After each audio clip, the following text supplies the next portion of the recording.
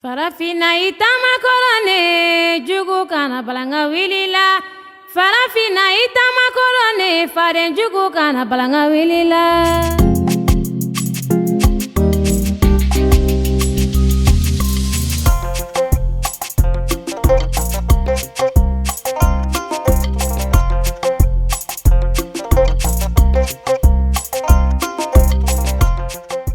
Bienvenue à votre émission Les Clés du développement.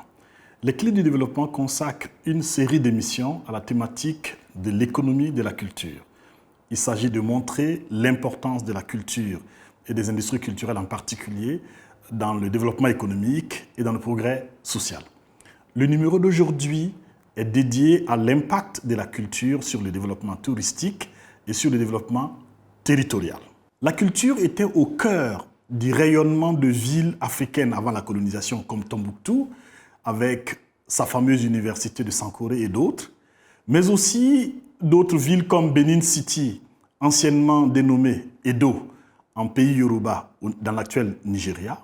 John Ige, un géographe béninois, explique dans un livre que les villes africaines d'avant la colonisation, plus que les villages, étaient des avant-postes de production d'une intense activité culturelle. Ailleurs dans le monde, on a vu dans la Renaissance européenne de grands investissements de princes mais de mécènes dans les arts, mais aussi une concurrence âpre entre des cités pour s'attirer les faveurs des artistes les plus en vue. Aujourd'hui, plusieurs arguments soulignent le rôle éminent que peut avoir la culture dans le développement local, bien sûr en lien avec le développement du tourisme. Commençons d'abord par le rôle que peut avoir la culture dans l'attractivité touristique.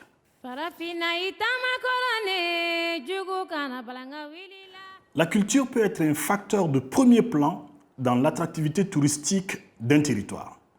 D'une certaine manière, tout voyage touristique comporte en réalité une dose culturelle, une dimension culturelle qui peut être plus ou moins grande, ne serait-ce que par la découverte de mets locaux, par des expériences gastronomiques donc, ou par les expériences culturelles locales, par la découverte de lieux spécifiques, de lieux culturels de ce pays.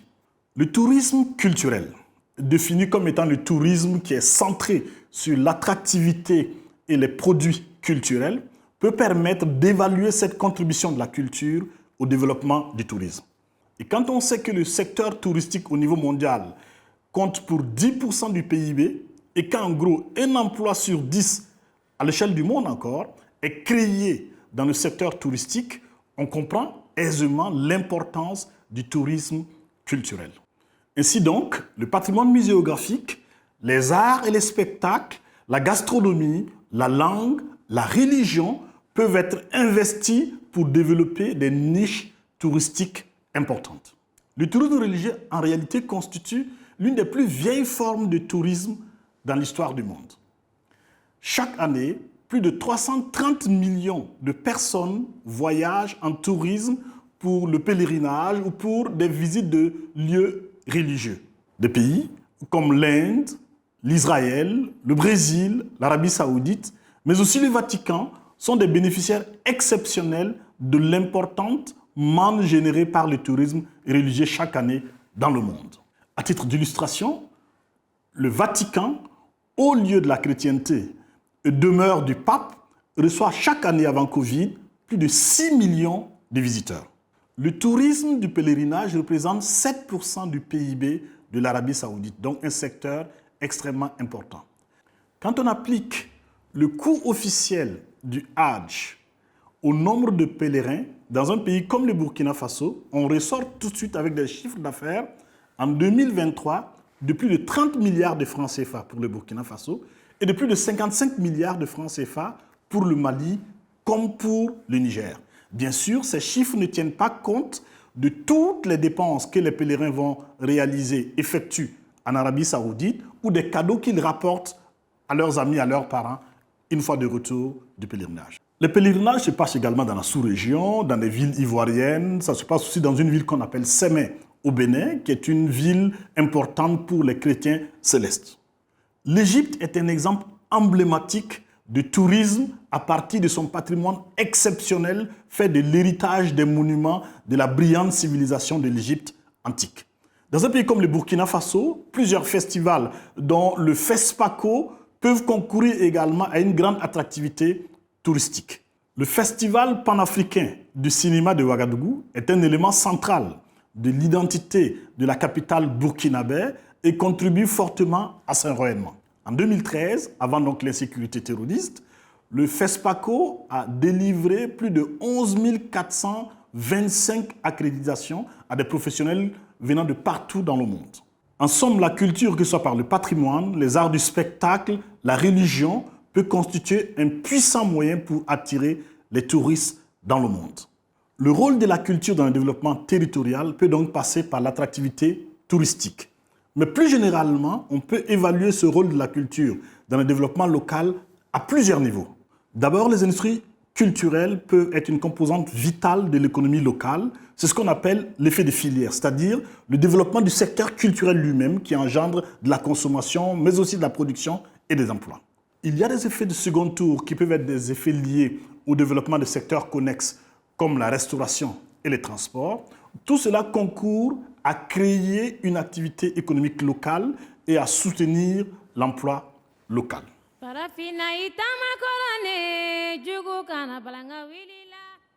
La culture peut être également un moyen et une ressource importante pour une ville pour inventer son identité, pour réinventer son identité et assurer donc sa reconversion économique.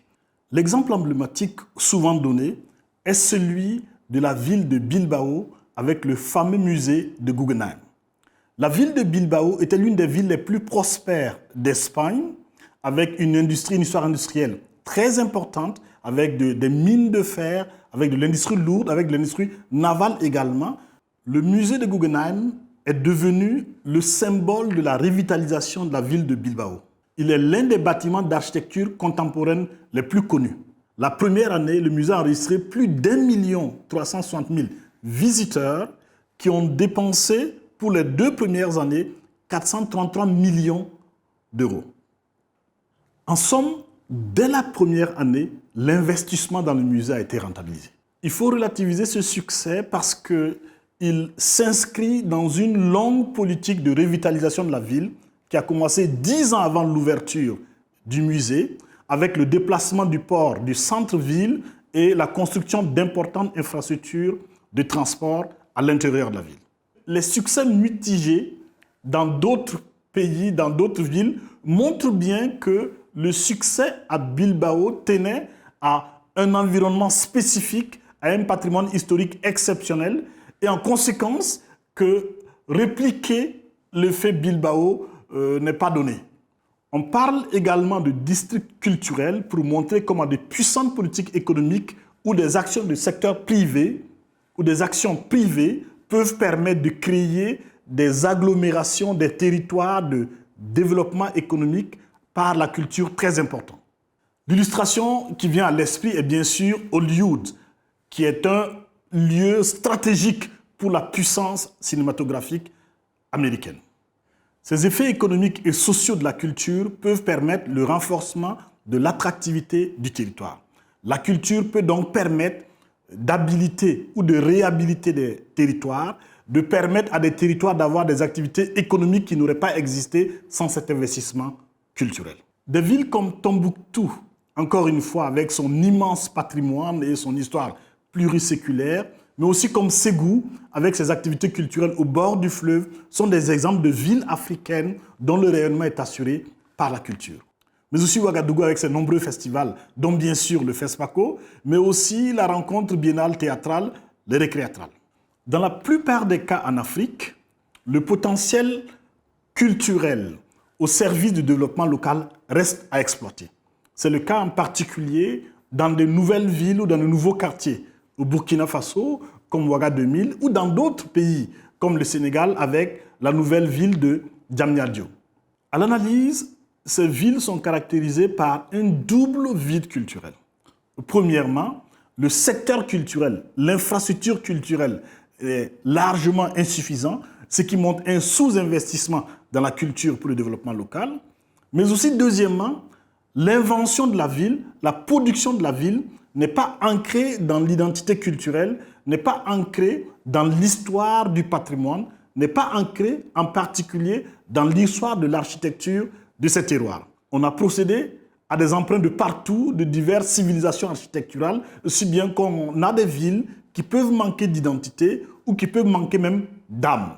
Cela est d'autant étonnant que dans la plupart des cas, ces pays, ces parties du continent ont une riche histoire architecturale qui ne demande qu'à être inventée, qu'à être modernisée, qu'à être investie pour créer des villes à identité forte et des villes qui permettent donc leur rayonnement dans le monde.